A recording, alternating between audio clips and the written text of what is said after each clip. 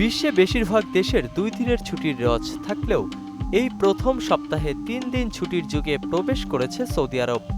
দেশটির রাজধানী রিয়াদ ভিত্তিক প্রতিষ্ঠান AI custom experience management platform Lucidya প্রথম কোনো কোম্পানি হিসেবে কর্মীদের সপ্তাহে 3 দিন ছুটি দেওয়ার ঘোষণা দিয়েছে। উৎপাদনশীলতা বৃদ্ধি করতেই এমন উদ্যোগ বলে জানিয়েছে কোম্পানিটি। ফলে লুসিদিয়ায় কর্মকর্তারা এখন থেকে সপ্তাহে 4 দিন অফিস করবেন আর 3 দিন ছুটি কাটাবেন।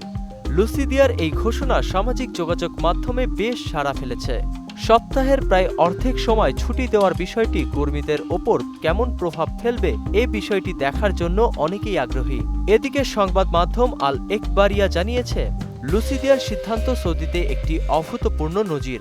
তাদের এই উদ্যোগ অনেক মানুষকে রোমাঞ্চিত করেছে। অনেকেই এটির ফলাফল জানতে মুখিয়ে আছেন, যার মধ্যে আছে কর্মীদের ওপর এটির প্রভাব এবং তাদের উৎপাদনশীলতা।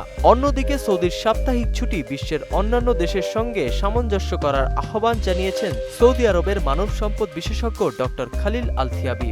তিনি বলেছেন, যেহেতু G20 জোটের দেশগুলোতে শনিবার ও রবিবার সাপ্তাহিক বন্ধ দেওয়া হয়, যদি তাদের সঙ্গে মিলিয়ে সৌদিতেও এটি করা যায় তাহলে এটি দেশের অর্থনীতির জন্য ভালো হবে। নাসিমুল বারী সৌরভ, মোহনা ডিজিটাল।